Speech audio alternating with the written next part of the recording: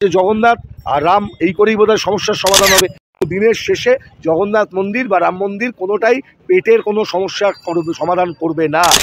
ধর্মস্থান যেখানে তৈরি হয় সেগুলো তৈরি করা হয় মানুষের অর্থকে আরো ওই জায়গায় কনসেন্ট্রেট করানোর জন্যে, কেন্দ্রীভূত করানোর জন্যে।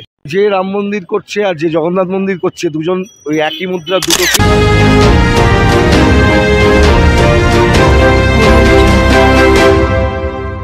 যে রাম মন্দির করছে আর যে জগন্নাথ মন্দির করছে দুজন ওই একই মুদ্রা দুটো পিঠ। আমরাই প্রথম থেকে বলে আসছি, আমরা বামপন্থীরা বলেছি মন্দির মসজিদ ইমাম ভাতা পুরোহিত ভাতা এগুলো নয়। যদি কিছু করতে চান তো আমাদের এই অসংগঠিত ক্ষেত্রের অসংখ্য বেকার ছেলেমেয়েরা আছে, এই যে সিভিক ভলেন্টিয়ার্স আছে, এদের চাকরি পার্মানেন্ট করুন। আমরা বলছি মজুরি বাড়ুক, মাইনে বাড়ুক। আমরা বলছি মানুষের ঘামের দাম পাক। আমরা বলছি এইখানকার যেসব জরি শিল্পীরা আছে তারা তাদের মজুরি পাক। আমরা বলছি যারা এখানে কাপড় শিল্পীরা আছে তাদের জিএসটি নিয়ে যে সমস্যা হয়েছে সমস্যার সমাধানও, কিন্তু সেগুলোর দিকে কেউ নজর দেবে না।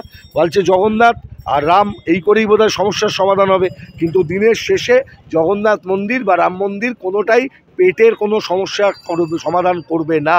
ওগুলো মন্দির সাধারণত দেখবেন যেখানে তৈরি হয়, ধর্মস্থান যেখানে তৈরি হয় সেগুলো তৈরি করা হয় মানুষের অর্থকে আরো ওই জায়গায় কনসেন্ট্রেট করানোর জন্যে, কেন্দ্রীভূত করানোর জন্যে।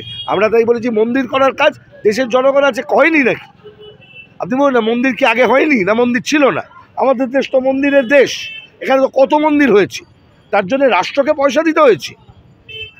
আমাদের বক্তব্যটা হচ্ছে এই জায়গায়, রাষ্ট্রের পয়সা করের টাকা সেটা দিয়ে মন্দির মসজিদ এসব হবে না। এখানে কাজ দাও, ওই পুরোহিতের ছেলেকে চাকরি দাও, ইমামের মেয়েকে চাকরি দাও, কিন্তু পুরোহিত ভাতা ইমাম ভাতা করে জনগণের টাকা শ্রাদ্ধ করো না, এটাই আমরা বলছি।